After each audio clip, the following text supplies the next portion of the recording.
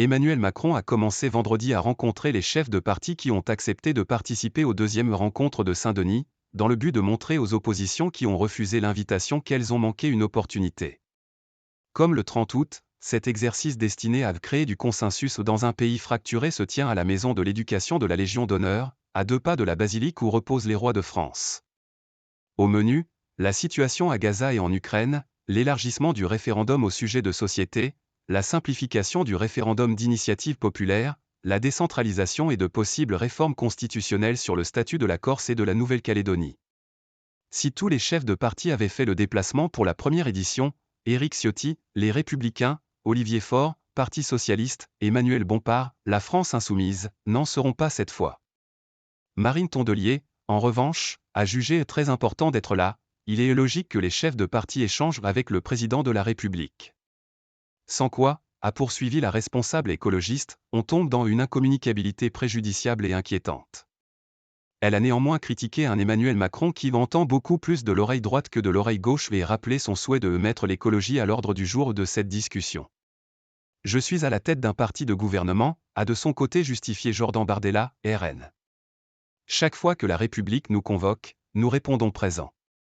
Hervé Marseille, UDI, et Guillaume Lacroix, PRG, assistent également à la rencontre. Les Républicains seront représentés par un acteur de poids, le président du Sénat Gérard Larcher, invité au même titre que la présidente de l'Assemblée Yaël Braun-Pivet. Le chef de l'État pourra aussi compter sur ses alliés, Stéphane Séjourné, Renaissance, François Bayrou, Modem, Édouard Philippe, Horizon, Laurent Hénard, Parti radical. Marathon. En démultipliant les initiatives extérieures au champ institutionnel, vous participez à les affaiblir et à nourrir la crise de la démocratie, fustige Éric Ciotti dans une lettre ouverte dont l'AFP a obtenu copie. La discussion doit être publique, soit au Parlement, où le peuple délègue ses représentants, soit directement avec le peuple lui-même par référendum, insiste-t-il.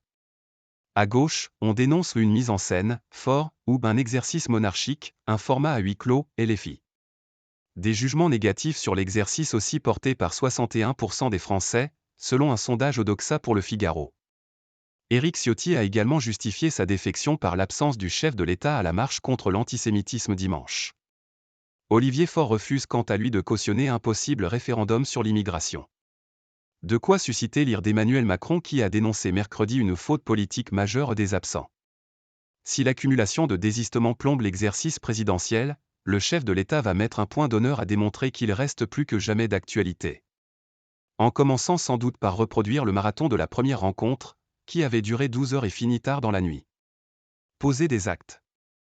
S'il veut montrer qu'il sait le laisser convaincre par des idées qui n'étaient pas nécessairement les siennes, il faut que ça dure un peu longtemps, résume le politologue Bruno Cotret, qui n'exclut pas un coup politique présidentiel avec une solution institutionnelle un peu innovante.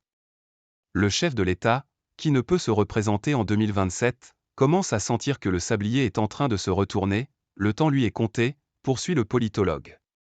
Il lui faut donc poser des actes qui forgent un bilan, avec un texte sur la fin de vie et la modernisation de la VE République, esquisse-t-il. La première réunion avait débouché sur une conférence sociale sur les bas salaires et un débat au Parlement sur la situation internationale.